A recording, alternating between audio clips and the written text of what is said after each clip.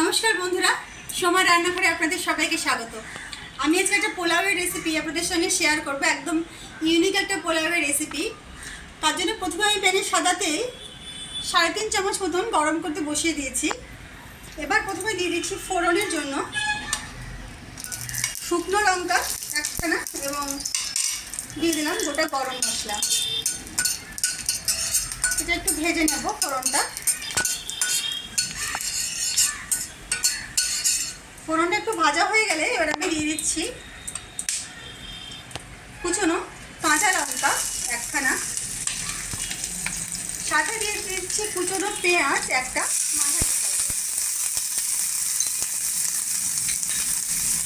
এবার ফোড়নের সঙ্গে পেঁয়াজ কাঁচা লঙ্কা একটু ভালো করে ভেজে নেব।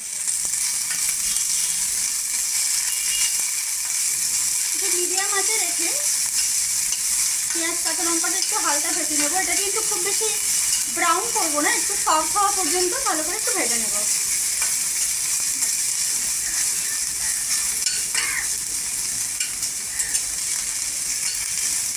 পেঁয়াজটা ভাজা হতে হতে আমি দিয়ে দিচ্ছি এখানে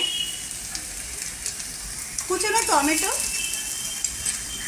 এবং সাথে দিয়ে দিলাম একটু হলুদ গুঁড়ো আন্দাজ মতো। এবার একটু ভালো করে আবারও ভেজে নিচ্ছি। একটু চাপা দিয়ে দিলাম পেঁয়াজটা যাতে আমার সফট হয়ে যায়। আমার রেসিপিগুলো দেখুন, নানা রকম নতুন নতুন রেসিপি আমি আপনাদের জন্য নিয়ে আসছি। আশা করছি কিন্তু আপনাদের রেসিপিগুলো অবশ্যই ভালো লাগবে। আচ্ছা, আবারও একটু মিক্স করে নিচ্ছি।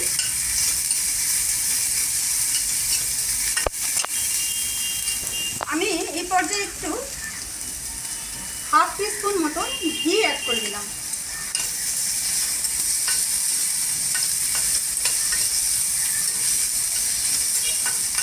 একটু হালকা ভেজে নিয়ে দিয়ে দিচ্ছি আদা বাটা 1 টিস্পুন,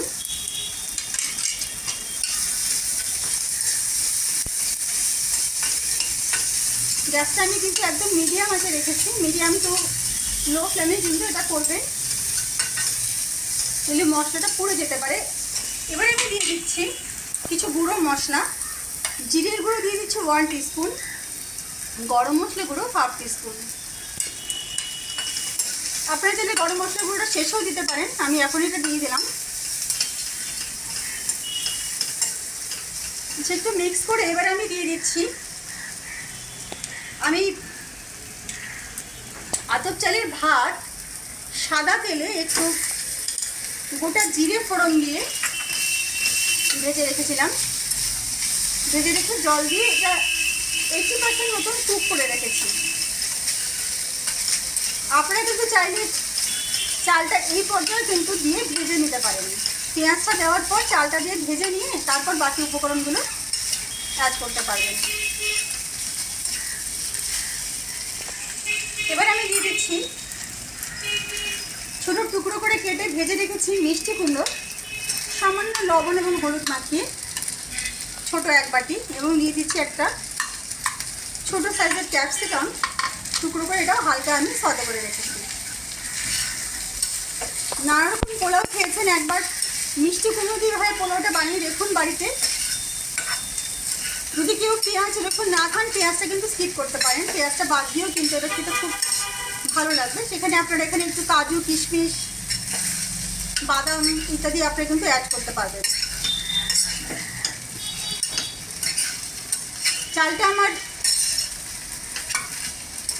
মোটামুটি কুক করাই রয়েছে। একটু মিক্স করে আমি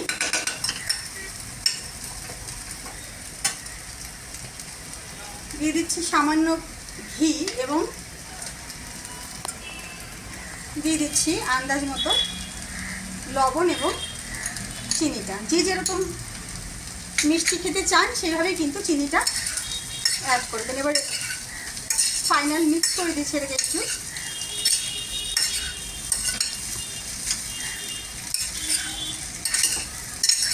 ভালো করে মিক্স করে গ্যাসটা কম আঁচে রেখে একটু কিছুক্ষণ চাপা দিয়ে রাখবো, যাতে চালটা যেটুকু সেদ্ধ হওয়া বাকি আছে সেটুকু পুরোপুরি সেদ্ধ হয়ে যায়। আপনাদের যদি রেসিপিগুলো ভালো লাগে অবশ্যই কিন্তু আমার চ্যানেল সাবস্ক্রাইব করে আপনারা আমার পাশে থাকবেন। এবার একটু দেখে নিচ্ছি এটার কী অবস্থা। দেখুন চালটাও কিন্তু সেদ্ধ হয়ে গেছে, আর যেহেতু কুমড়োটা আমার ভাজা আছে, এটা সেদ্ধ হতে সময় লাগবে না। তো এটা পুরোপুরি তৈরি হয়ে গেছে, গ্যাসটা আমি অফ করে দিলাম। একটু সার্ভ করে দিচ্ছি এটাকে, একটু সুন্দর করে প্রেজেন্ট করলে দেখতেও ভালো লাগবে। নিরামিষের দিনে যদি বানান, পেঁয়াজটা ছাড়াই বানাতে পারবেন, তাতেও কিন্তু খেতে খুব ভালো লাগবে। তৈরি হয়ে গেলে আমার মিষ্টি কুমড়োর এই পোলাও লাঞ্চ বা ডিনারে সার্ভ করুন, সবার ভালো লাগবে। নতুন রান্নার চলে ওই সময় রান্না করে। নমস্কার।